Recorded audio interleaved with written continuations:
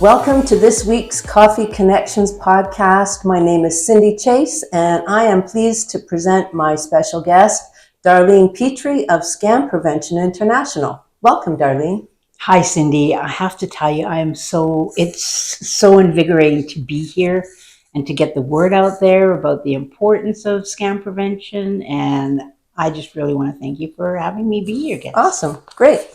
Well, let's dig right in.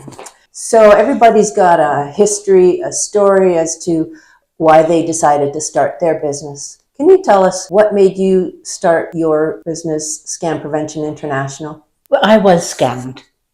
And so that was one of those, I call it a God moment, because I was really angry. I was walking my dog, I was walking down the street, and I just didn't understand why did God allow me to be scammed. How did the scam take? Can you walk us through that part first? Yeah, so it was a romance scam, social catfish, and I was playing Scrabble, Words with Friends, and I've been playing Scrabble since 2009. Right. And so this happened in 2019. And I was playing Scrabble, and I was asked, a few times if people wanted to connect with me and let's share information. And I would always say, I'm not interested. I'm here to play Scrabble. Let's play Scrabble. Right.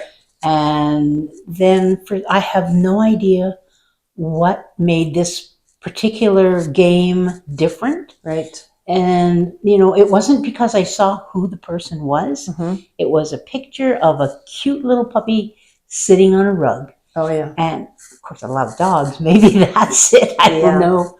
And the person, we played Scrabble, and it was a good game. And we played a few times, and then he started having conversation with me. And then he said, let's go off of this site. And I didn't see anything wrong with that. So I went off site. He asked me to go to Google Hangouts. I went to Google Hangouts, and then we started talking. So you must have seen his face. He wasn't a puppy anymore. No, I hadn't. That's why because when you're playing Scrabble, yes, you can't see. But what about on Google Hangouts? Yes, when we went to Google Hangouts, then we started having conversations, and that's when he that's why that was the reason he wanted to go to Google Hangouts. Okay. So we could. So you saw what he looked photos like, right? And then sent me a picture of someone, and I thought, and to me, he was a very nice looking man. Yes. Because, he was 10 years younger than I was, and I was, and I thought, flattered, hey? Yes, I was flattered, but at the same time feeling, well, I don't want to date anybody younger than me. Right. And then I thought, why would I even think about dating? That wasn't any of my intentions. And so I continued playing Scrabble for a little while. And then he started talking about, it would be great if we could meet. I really like you, and started, really love bombing me, as it's now called. So where did he live? Where did you think he lived? He said that he was living in the U.S. That's where he lived. But where he was in the middle of the Gulf of Mexico. And he was working on an oil rig. And we even shared location. Yeah. So I could see. So he pinged you or something? Location? What do you mean location? He showed, you can see where people are, Find Me. Okay. Using Find Me. Okay. And so he said, let's share location. And so we did. I had him do it first. And it showed that he was literally in the middle of the Gulf of Mexico. So, of course, I thought it was true. And you thought he was working on a rig or something? Yeah. An oil rig? Yeah, on an oil rig. And I had an uncle who used to work on an oil rig. Yeah. And I called him and talked to him about it. And he goes, they have them there. And so I continued talking to him, and then he started asking me for gift cards. What was the reasoning? Because there's always a reason, right? Yeah, he couldn't get to his account because, sometimes there's no, no internet and stuff. Yeah, and they can't transfer money, and he was having difficulty with his account. And could I send him the back with the number of the gift cards? So I did, and I started off, like you start off with small amounts. Yes. And then it ended up that he would ask, like for $250 in gift cards. And so, but the thing is that he would go to, like I'd be on the phone to him, because like texting, not talking, texting, and he would ask me to scratch and like pay for the cards and scratch off the numbers. But the thing is that with where I went to the store, they didn't have the amount of money that he wanted. Mm-hmm. And they said that the money had to be spent in Canada on the gift cards. Oh. So I'd take a picture of the back. Yeah. And then, so I wasn't able to send those gift cards. And then I found some that were good for Canada, for North America. And so he sent me a name of a lady who lived in Florida. And I'm not sending money to somebody I don't even know. Exactly. And so what's her... That's ironic, hey? Because here you are sending money to somebody you don't even know. That's exactly right. I'm like, oh, and yeah, I never thought about it until you just brought it up right now. Wow. And so he did send me the name of the person, and I started talking to her, and so then I did eventually send her some, $250. So I feel like I was very blessed in all of this, because I didn't lose much money. I lost my pride. I lost my heart. I felt embarrassed. Yeah.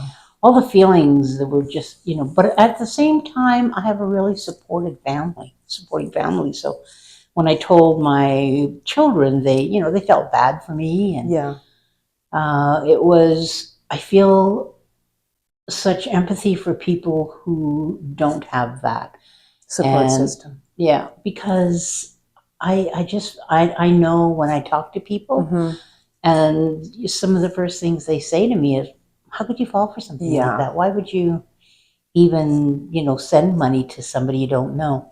So I would talk to him while I was at work, like literally talk to him. He would call. But a lot of the call was, I can't hear you. Could you say it? And back and forth, sorry, I can't hear you. I could hear sort of sometimes, but not a lot. So, so at least there was time. And then I would ask for a video call, and there was always a reason why there could not be a video call. Right. And Cindy, I have to say now, that's something people can ask for video calls. Yes. And they can get them. So let me get this straight, and for the viewers who might be going through this experience right now and are afraid to mention it to somebody that cares about them, they should ask the other person to do a video call. And if that person refuses, then another red flag should go up or end it altogether. Is that what you're thinking? Yeah. First of all, if a stranger is asking you, and even if, we had been talking for a while before you did ask. How long is a while? Probably about a month. So we, talked for a month. They groom you first a little bit, right? Yeah. But sometimes they do. They are pretty good at judging your personality, your weaknesses. They know. Like he portrayed a lot of, like I was a widow, he was a widow. I had children, he had children. Right. Mirroring, isn't that what it's called? Yeah, mirroring, yeah. When you're vulnerable, and like I said, I didn't feel that I was vulnerable, but when I think back to the time that it happened, because I've been a widow, like for many, many, many years before that, and I had no desire to be in a relationship, and am still at that point. But at that time, I think it was about a month before that I had made the decision to retire from my job that I had for 34 years. Well, and so I don't know. Which was? I was a program manager for a nonprofit working with children, youth, and families who were in conflict with the law and who were experiencing homelessness. Wow. So you got a big heart. Yeah. Yes, thank you. So it was, I think that may have been something that made me feel vulnerable because I've Right. been working at that, and I knew that I wanted to retire, but I didn't know what I wanted to do. Yeah. So I feel that with scam prevention, God kind of put that in there, Well, or helped me exactly, out what hey? I'm doing. And the funny thing, the way God works is He allows you to go, or allows us to go through difficult times and learn from our own experience in order to realize that, hey, there's a need for a business like this. Other people are also going through this and they need somebody to guide them. And that's amazing how God did that for you. And I do say that it is God driven because, you know, as I started to say, I was walking my dog and I was walking and I was listening to music, and there was a song by Matthew West, you know, that's called Do Something. Right. And in the song, he, just at the same time that I was thinking, why did you do this to me, God? Like, you know, why? In his song, it came up the same thing, like, God, I'm, you know, like, I'm sick and tired of all of the hardships that are going on in the world, all Right. of the, all of the, I can't remember the exact wording, but you know, all of the disasters Right. and the way people are being treated, and you know, the trauma that people are suffering, and then it says, God, why don't you do something? And I get emotional if I think about it, you know, and so he's saying, that's what he says in his song. He says, I shook my fist to heaven and said, God, why don't you do something? And the response in the song was, God says, I did. I created you. And I literally stopped dead in my tracks. I'm like, oh, I'm supposed to do something about this. And so I went home. I didn't even finish my dog, my walk with the dog. Funny. And so I went home and started working on it immediately. Wow. You know, creating a plan about what I wanted to do. Wow. I didn't, you know, and all I thought about was romance scam. I'm going to do something about that. Cindy, when I looked into how many different types of scams there are, it is unreal, because I knew nothing about scams, nothing. I didn't even know there was such a thing. Oh, it's a underworld, isn't it? Yeah, it is. It's organized crime. There are some people who do it, you know, on an individual basis, but mostly it's organized crime. The people who are scamming you are workers within the big organization. They get very few dollars, if any. And some of them, you know, some of the people that are working, doing the scams, it's their job. Right. And so, you know, for developing countries, that's what they're using. Do they sit in a call room or something, and everybody sits? Different countries in different places. So in some countries, they have actually compounds where they have high rises, like 3, 4, 5 high rises that are full of people that are doing, and these people have been human trafficked into getting into the scamming that they're doing.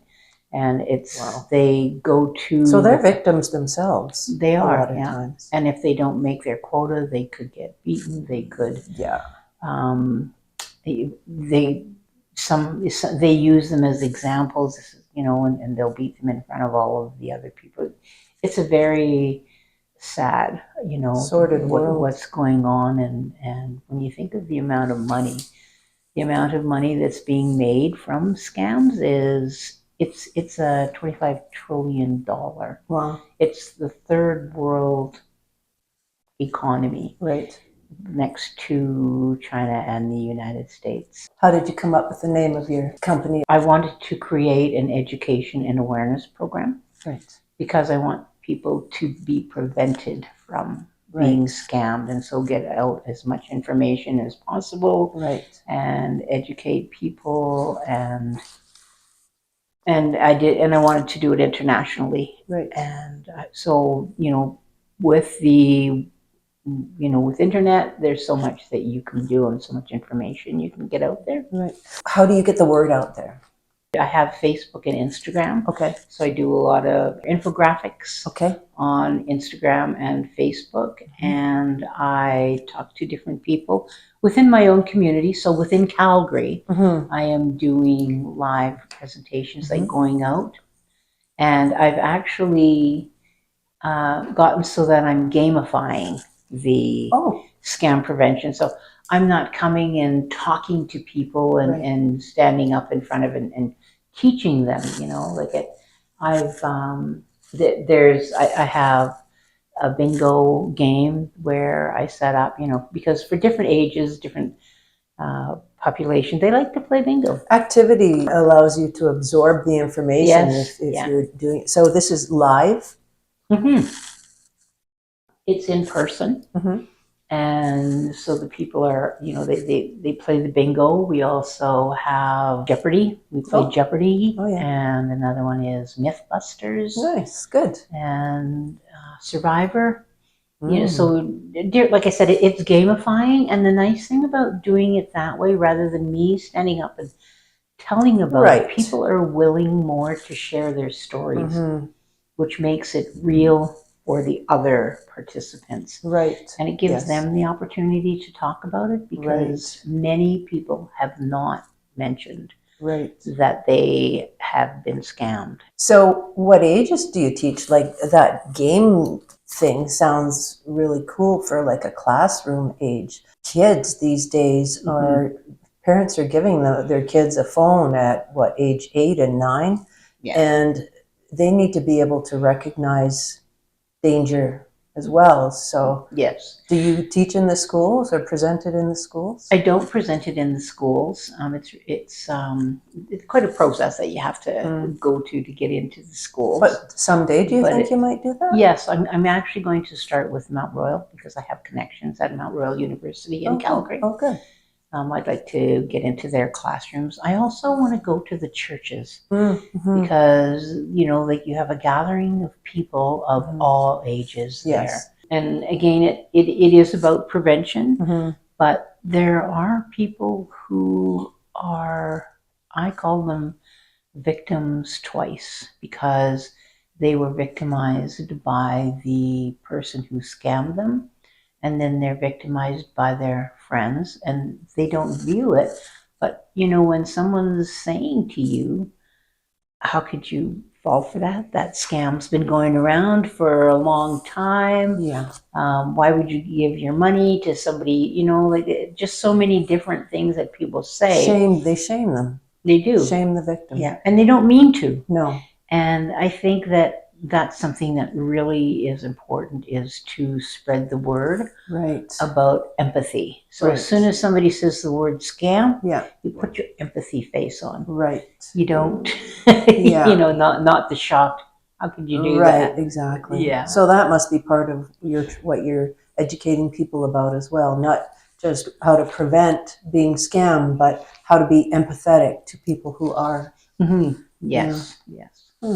Describe your favorite type of client to work with. I like to work with people that are usually between the ages of 55 and older, and people who are open to listening to the different types of scams that there are. Like I have a list of 77 that I can teach on. Wow. But somebody who is also willing to share the information.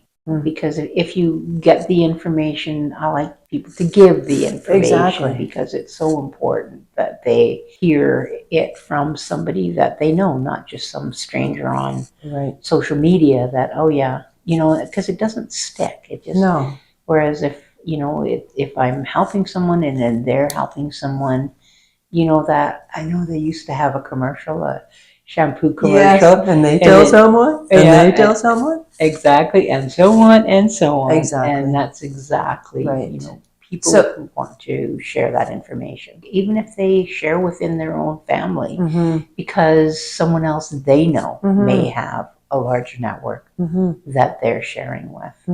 Do you equip them with something to share? So I have a mailing list. I will send them a tip every week of a way to prevent scam and let them know of any events if I'm doing any presentations either online or if I'm doing, some in the community, Right. because it has to get out there. People don't want to talk about it. No.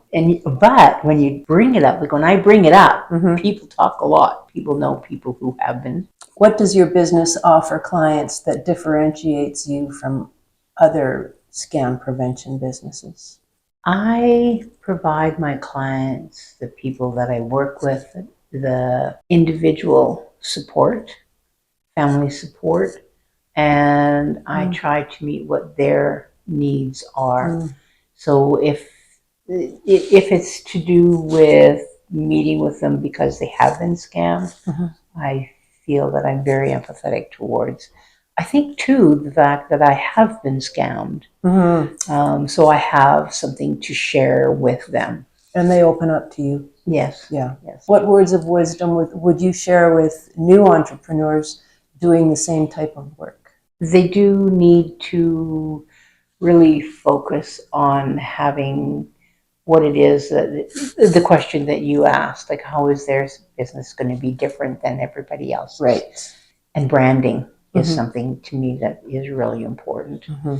And I have to tell you, Cindy, one of the things that has kept me going is this PDF that you made. Oh. That I remember when we first started. Yes. That, like I really feel that is something, and I do need your services to help me edit it again so that I can have it updated. Yeah. Because the work that you do is just so amazing. Like Thank you. Just love the, like your creativity and your marketing, and even the coffee connection to me is amazing. I love watching them. Oh, thank you. And it's nice to know all of the different businesses that are both in, in my surrounding area. My goal is for the viewers to watch all the videos, get to know business owners.